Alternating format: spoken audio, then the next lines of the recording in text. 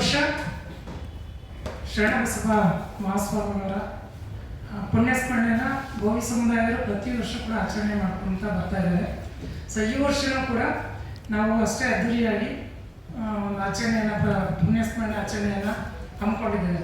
So ಉದ್ದೇಶ ಇಷ್ಟೇ, ಬೋವಿ ಸಮಾಜ ಅನ್ನುವಂಥದ್ದು ಕಟ್ಟ ಕಡೆಯ ಸೊ ತುಂಬ ಬಡತನದಲ್ಲಿ ತುಂಬ ಇಕ್ಕಟ್ಟಿನ ಪರಿಸ್ಥಿತಿನಲ್ಲಿ ಬೆಳೆದು ಬಂದಂಥ ಸಮುದಾಯ ಇರುತ್ತೆ. ಸೊ ಈ ಒಂದು ಸಮುದಾಯ ಬಡತನದಲ್ಲಿ ತುಂಬ ಸಂಕಷ್ಟದಲ್ಲಿ ಅನಕ್ಷರಸ್ಥರಲ್ಲಿ ಆಮೇಲೆ ಕಲ್ಲು ಬಂಡೆಗಳು ಹೊಡ್ಕೊಂಡು ಸೊ ಬದುಕನ್ನು ಕಟ್ಕೊಂಡಂಥ ಸಮುದಾಯ ಇರುತ್ತೆ.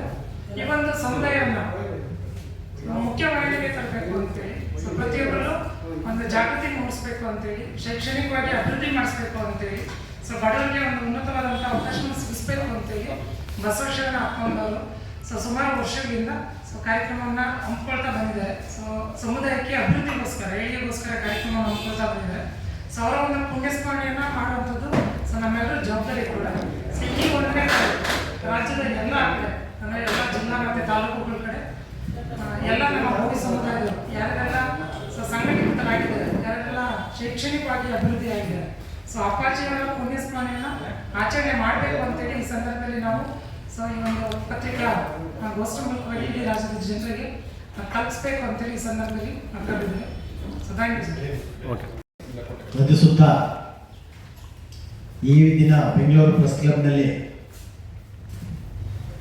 ಶ್ರೀ ಶ್ರೀ ಶರಣಬಸವ ಅಪ್ಪಂಗಳ ಆಶ್ರಮ ಬಾಗಲಕೋಟೆ ನಲ್ಲಿ ಇವತ್ತು ನವೆಂಬರ್ 1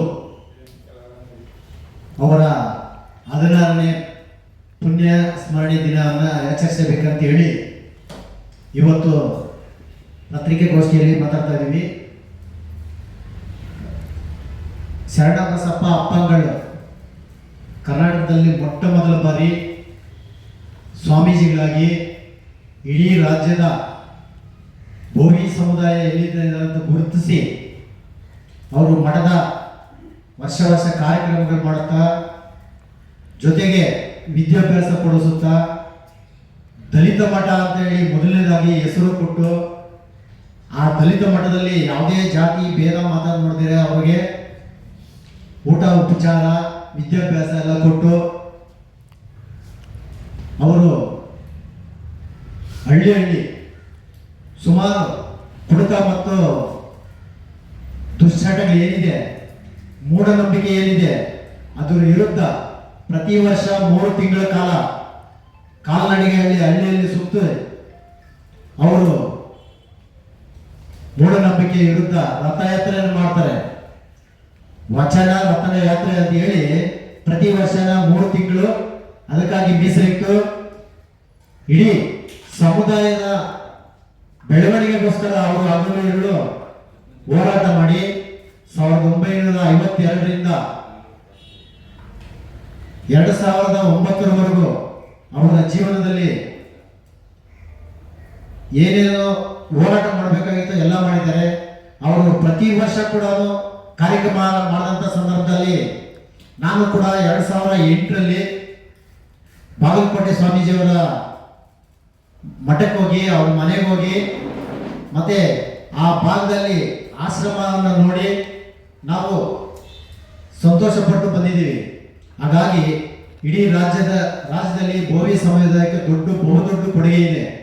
ಆ ಕೊಡುಗೆಗೆ ಎಲ್ಲರೂ ಪಾತ್ರರಾಗಬೇಕು. ಯಾಕಂದ್ರೆ ಸ್ವಾಮೀಜಿಗಳು ನಮ್ಮ ಪರವಾಗಿ ಹೋರಾಟ ಮಾಡಿದ್ದಾರೆ. ಅವರು ಚಿರಕಾಲ ಉಳಿಬೇಕು, ಇಡೀ ಪ್ರಪಂಚದ ಉದ್ದಗಲಕ್ಕೂ ಅವರ ಹೆಸರು ಬೆಳಿಬೇಕು. ಹಾಗಾಗಿ ಇಡೀ ರಾಜ್ಯದ ಎಲ್ಲ ಜಿಲ್ಲೆಗಳು ಮತ್ತು ತಾಲೂಕು ಹೋಬಳಿಗಳು ಹಳ್ಳಿಯಲ್ಲಿ ಕೂಡ ಶರಣಬಸಪ್ಪ ಅಪ್ಪಂಗಳ ಫೋಟೋ ಇಟ್ಟು ನೆನೆಸಬೇಕು. ಅವರ ವಿಚಾರವನ್ನ ಇಡೀ ದೇಶಕ್ಕೆ ಹರಡುವಂತೆ ಮಾಡಬೇಕು.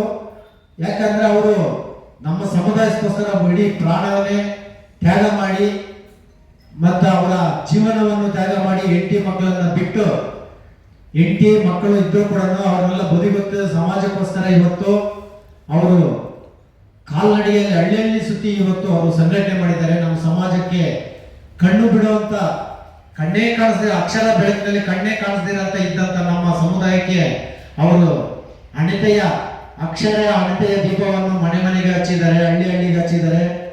ಮೂಢನಂಬಿಕೆ ವಿರುದ್ಧ ಹೋರಾಟಗಳನ್ನು ಮಾಡಿದ್ದಾರೆ.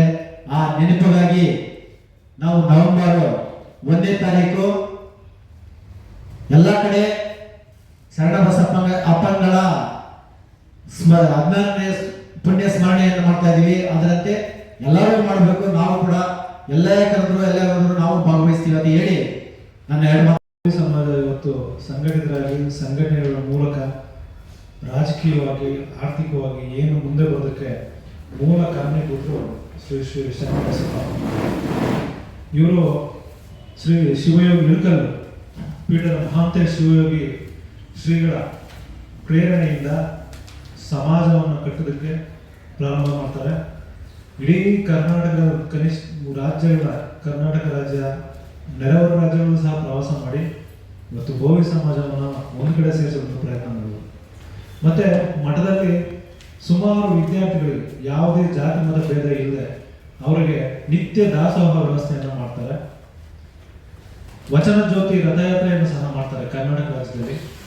ಈ ರಥಯಾತ್ರೆಯಿಂದ ಬೋವಿ ಸಮಾಜದ ಕಾಲೋನಿಗಳಿಗೆ ಭೇಟಿ ನೀಡಿ ಅಲ್ಲಿ ನಮ್ಮ ಏನು ಜನಾಂಗದವರು ಕುಡಿತದ ದಾಸರಾಗಿದ್ರು, ದುಶ್ಚಟಗಳಿಗೆ ಬಲಿಯಾಗಿದ್ರು ಅಂಥವ್ರನ್ನ ಎಚ್ಚರಿಸಿ ಸಮಾಜದ ಮುಖಪುಟಕ್ಕೆ ತರಕ್ಕೆ ಪ್ರಯತ್ನವನ್ನು ಮಾಡ್ತಾರೆ.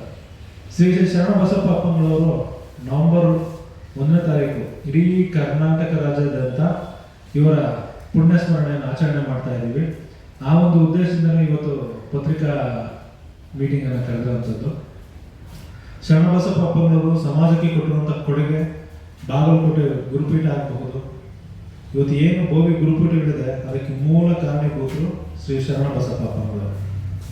ಆದ್ದರಿಂದ ಇಡೀ ನಮ್ಮ ಬೋವಿ ಸಮಾಜ ಕರ್ನಾಟಕ ರಾಜ್ಯದಲ್ಲಿ ಪ್ರತಿ ವರ್ಷ ನವೆಂಬರ್ 1ನೇ ತಾರೀಕು ಇವರ ಪುಣ್ಯ ಸ್ಮರಣೆಯನ್ನು ಪ್ರತಿ ತಾಲೂಕು, ಜಿಲ್ಲೆ ಮತ್ತು ರಾಜ್ಯ ಮಟ್ಟದಲ್ಲಿ ಆಚರಣೆಯನ್ನು ಮಾಡ್ತಾ ಇದ್ದೀವಿ.